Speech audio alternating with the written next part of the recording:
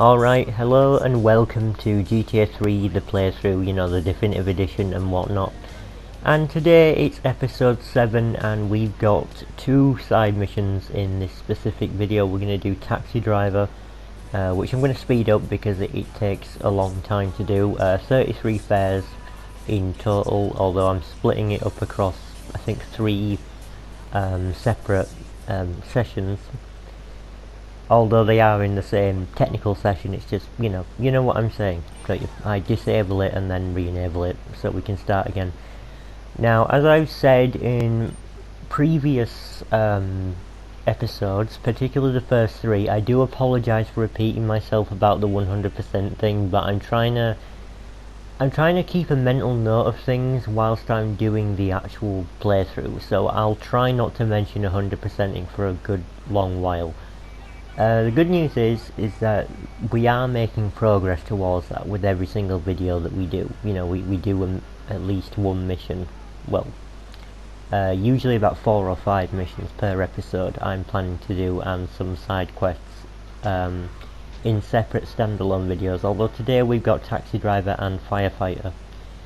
If I haven't mentioned Firefighter already in this video, we are doing that as well, but you get the gist of what we're doing with Taxi Driver as you've just seen. So let's go ahead and start.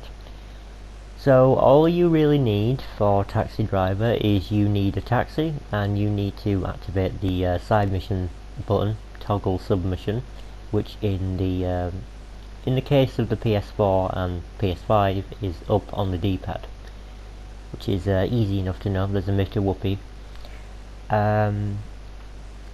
And what you basically do is you pick up passengers and you take them to wherever they want to go. In this case, we're going to the diner at Callahan Point. Now, Taxi Driver can be very, very repetitive, and I therefore recommend that if you are going to do this 100%, if you're going to do all 100 taxi fares, which by the way you can do at any point, you don't have to do 100 in a row. That would just be ridiculous, but you can do a sizable chunk of them. I'm dividing it into 3 chunks, so 33 on Portland, 34 on Staunton Island, and 33 on Shoreside Vale, which will hopefully make for a different experience each time. But you will notice some of the destinations do repeat quite a lot, so just letting you know, it is still a bit tedious, but it's entirely possible to do this. The only thing that I would say is, again, as with any side mission in Portland, I recommend that you do them before completing Sayonara Salvatore. Again, the Mafia will hate you and St. Mark's will be off limits, and there is a destination in St. Mark's. Now what you could do is deliberately avoid it in Taxi Driver, but you can avoid it in Taxi Driver just by not going there and restarting the mission, so then you get a different destination. The only issue is that sometimes if you go into a place in Harwood or St. Mark's, you can't do it really after Sayonara Salvatore. However, that just sounds a bit more annoying, so I still recommend you should do this before you complete that mission. And it seems that in this version, gang members spawn in a wider area. So you saw a Mafia guy that was near enough in Chinatown. I mean, he was standing on the left there.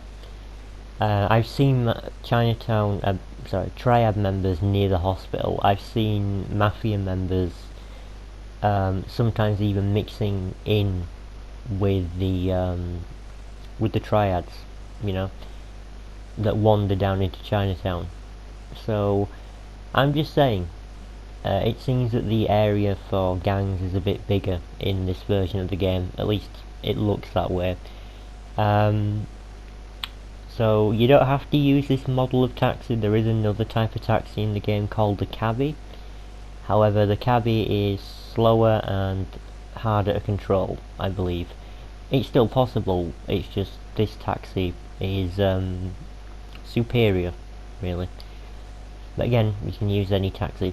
You used to be able to use any vehicle with a certain glitch, and what you basically did was you got in a taxi, you held down the toggle mission button, which is the right analog stick on PlayStation consoles, and on PC there was a dedicated key on the keyboard, and I imagine for Xbox it was probably one of the sticks that you used, and all you got to do is hold it down on the original one, and then make your way to another car while still holding it down, then release it when you get in the car that you want to do the mission with, and then you can do taxi driver in any vehicle whatsoever, even a tank, or I don't know, a Banshee, or a Bobcat, or a Triad fish van. I'm just naming things, you know, as and when I see them. Even a Mr. Whoopi you could do it in, but they were exceedingly rare, so the chances of you doing that are slim.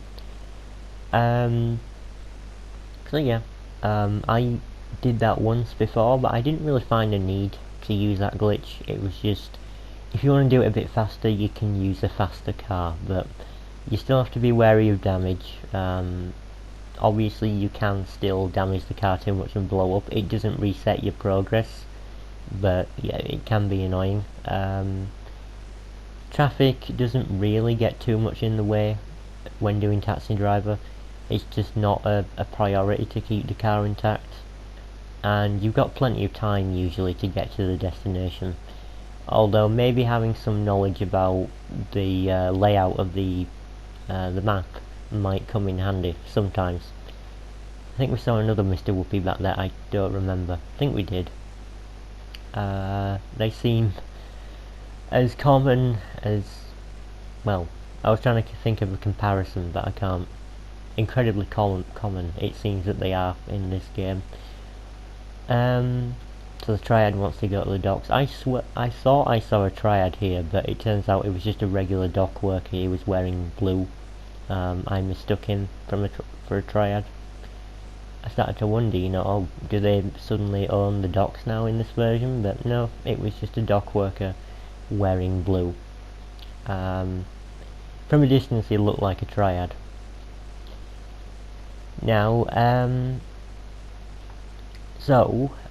instead of talking about 100%ing the game, I'm going to talk about, well, I do apologise for talking about 100%ing too much in the first 3 episodes, right?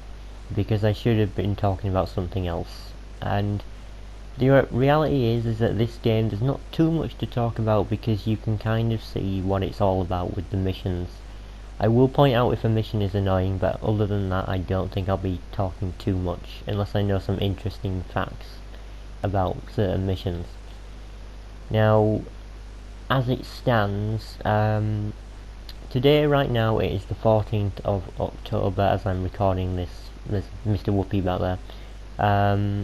14th of October, which means tomorrow is the day of my potential surgery. It could just be a consultation appointment. I don't know. If it is, I'll come back with a video to let you know, like I'll talk about it in the video. But if it's actual surgery, it means that I won't be able to do commentary for quite a while, I would imagine. So I was thinking of possible ways to make up for that, and I can't really think of any, because I do have a GTA San Andreas playthrough that I was going to do in May of 2021, and then I sort of forgot about it, thinking I have all the time in the world to do this. Mr. Whoopi, by the way, thinking I have all the time in the world. In reality, I didn't, because they were announcing the definitive edition in, when was it? Was it in September when they started announcing it? Or was it in October? I can't really remember which month. But I missed all the rumours, so I did not expect them to bring that out, you know. It caught me by surprise one day with the news article, and then I thought, really? Is this real? And it turns out that yes, it is.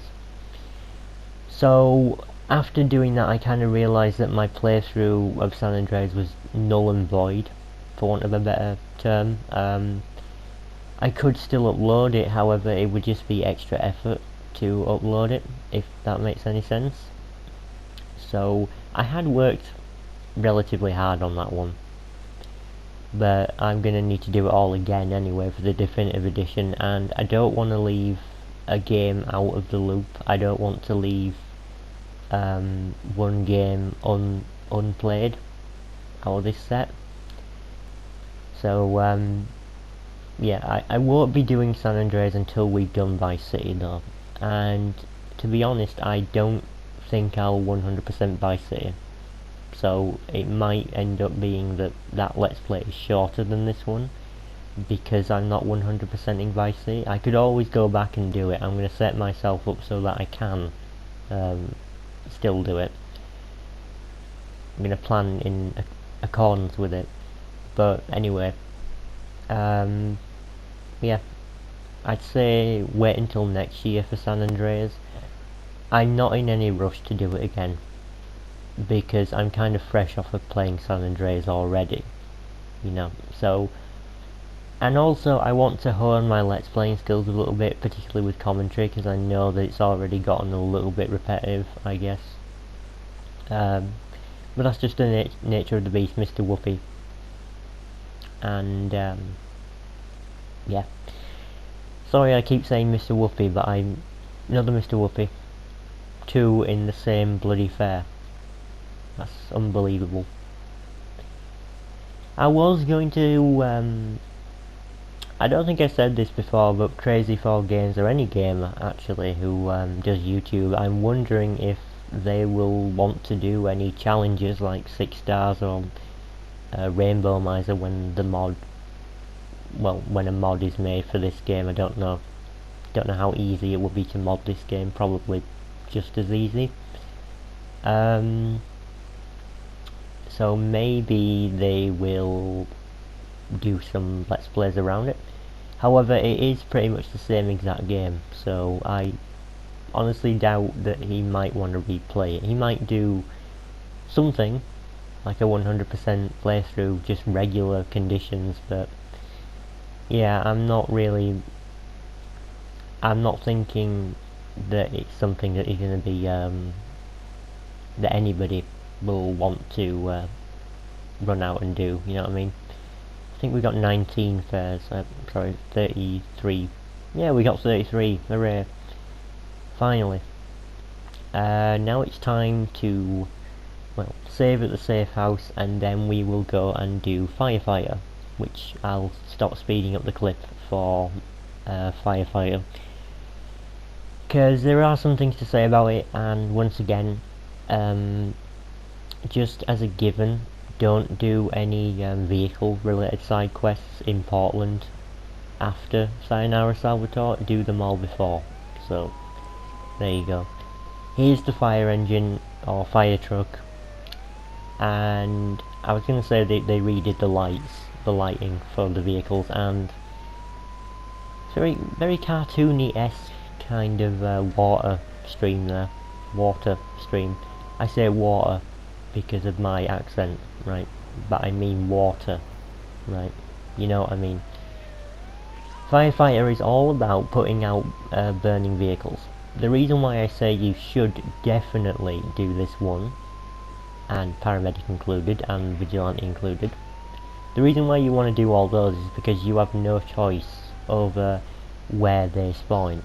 Now you could just reset the mission for Firefighter, however with Vigilante it's different because you're chasing a moving target, and that moving target can just anytime they want to go directly into St. Mark's.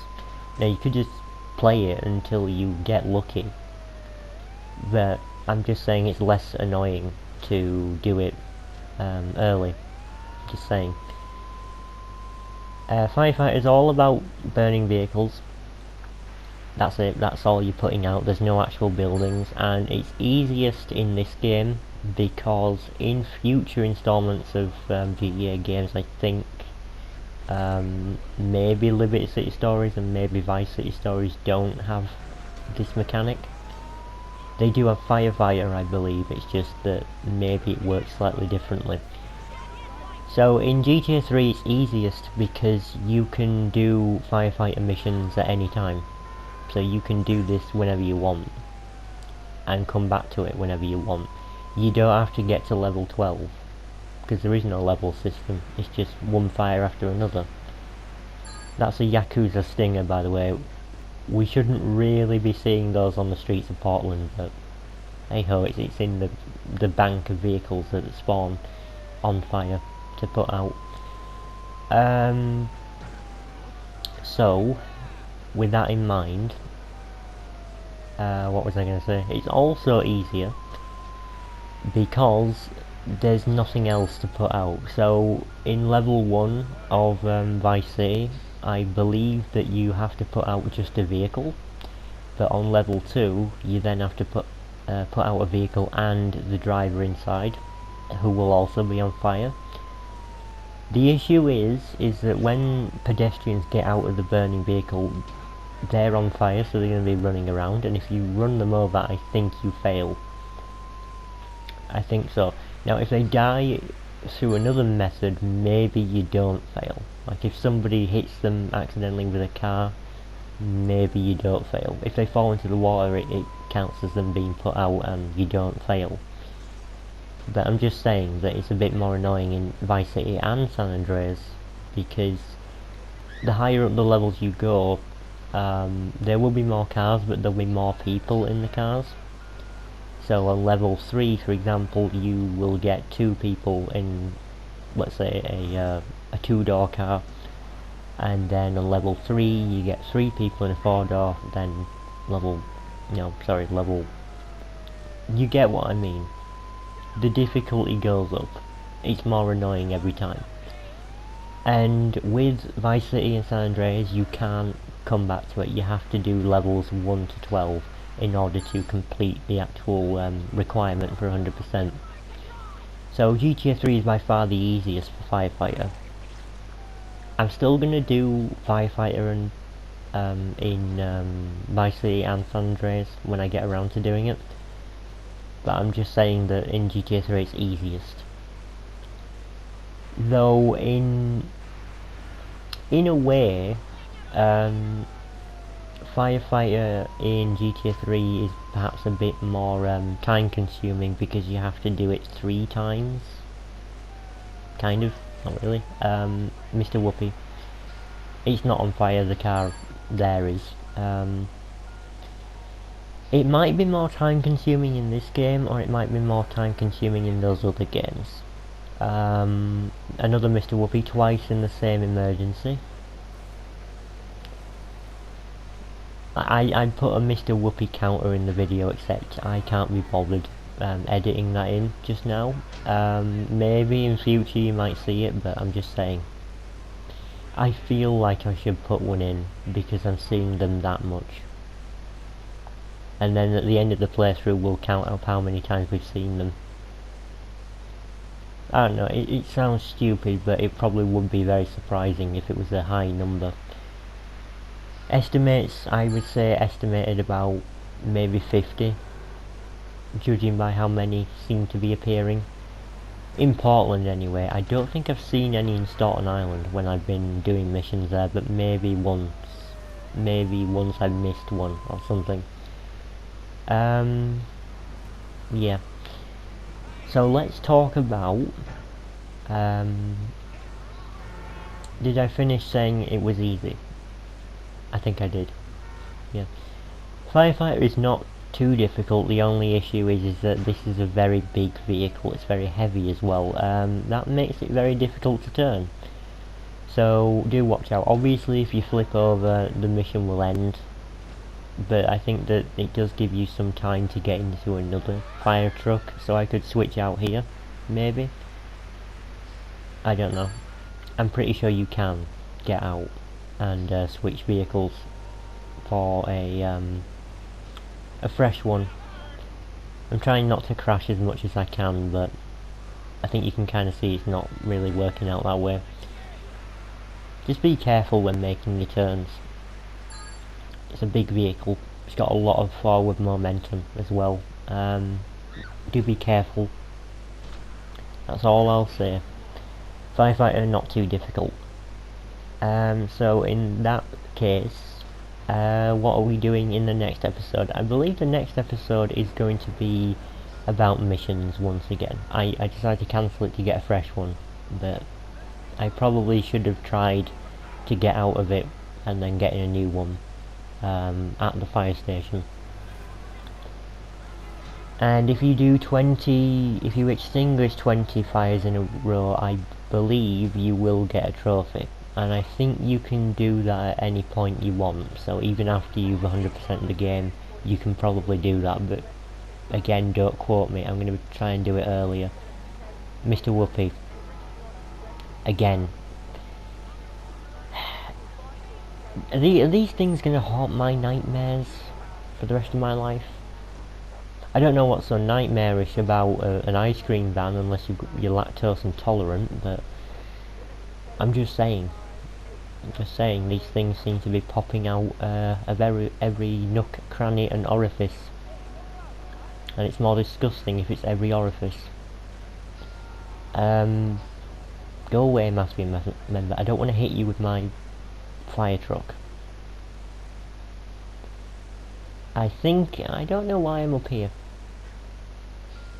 I don't remember why I came up here. I think I just wanted to come up for some reason. I was getting to a safe place so I could lose the wanted level before starting again.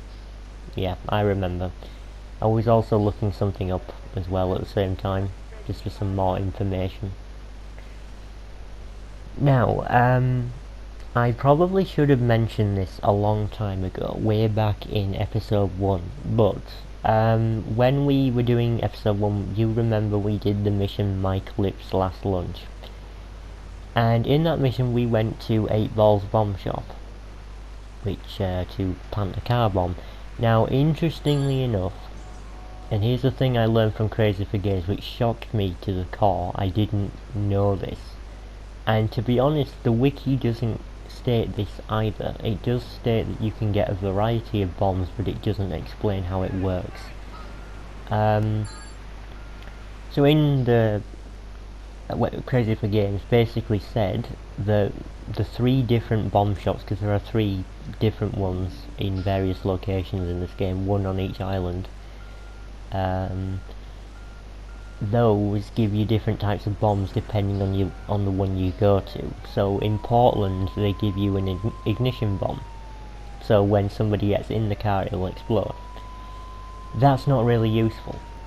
I can't see anybody messing about with that outside of missions. In fact, you're only required to do it once. The one in Staten Island gives you a timed bomb, which is made use of in a mission that we're going to be doing later on. And I think that's more useful because you can kind of park a vehicle somewhere and use it to blow other vehicles up, I guess.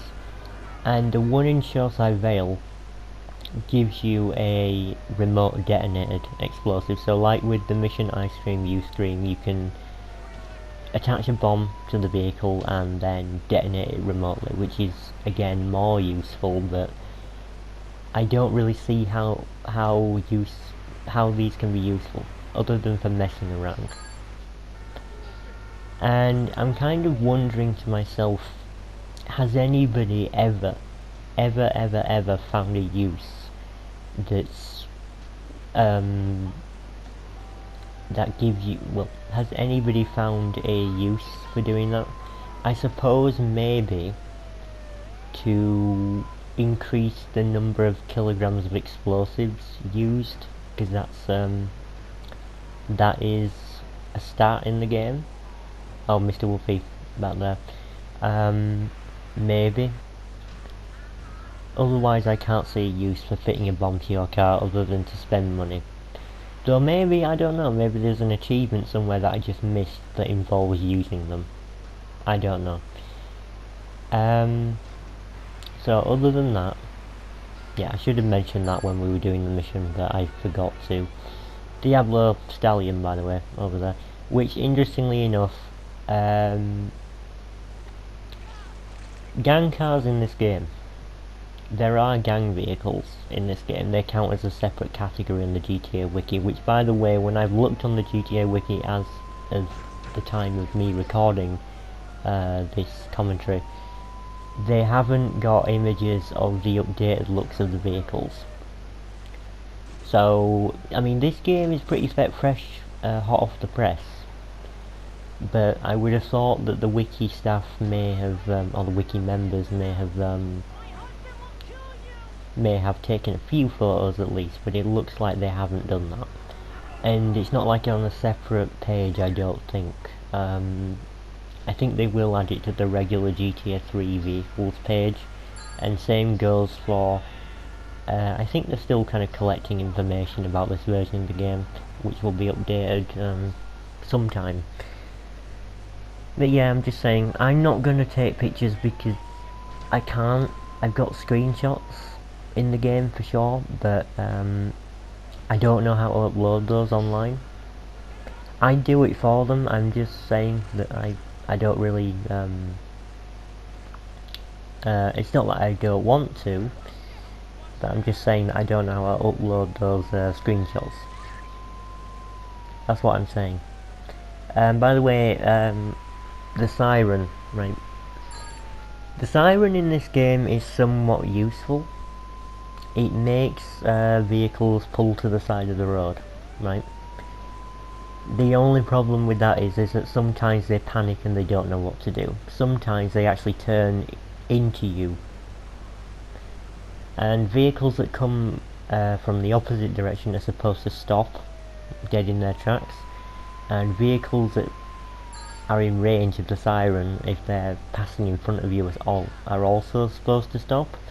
However, that doesn't apply to emergency vehicles. I'm not sure about gang vehicles. I think it does make them pull to the side as well. So there you go, you can see that Triad van just stopped as it was heading across. So yeah, the Siren can be useful.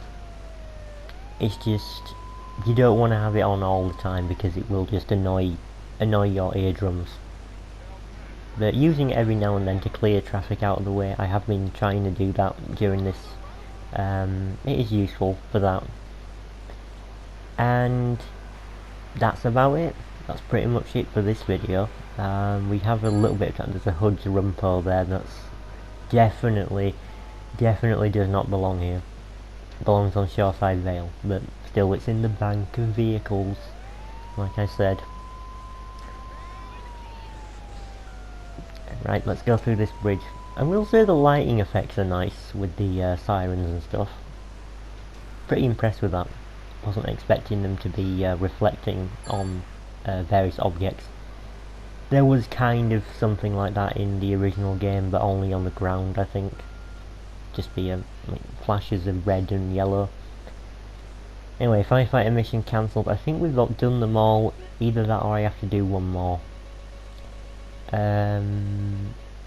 What number is it? Yeah, total fire extinguished 20. There we go. 20 on Portland, and then we got 20 on the other two islands to do still. So, that's it for today's video, pretty much. I think was that another Mr. Whoopi that passed by? I don't know. Thanks very much for watching this video, and I do hope you check out the rest of the playthrough as well. I do apologise if any of these videos are late when being uploaded, but sometimes uploading can be a painful process, because I just want them to be on the internet already. Anyway, thanks very much for watching again, and I'll see you all later, where we'll be doing some more missions in episode number 8. Yep, see you all around.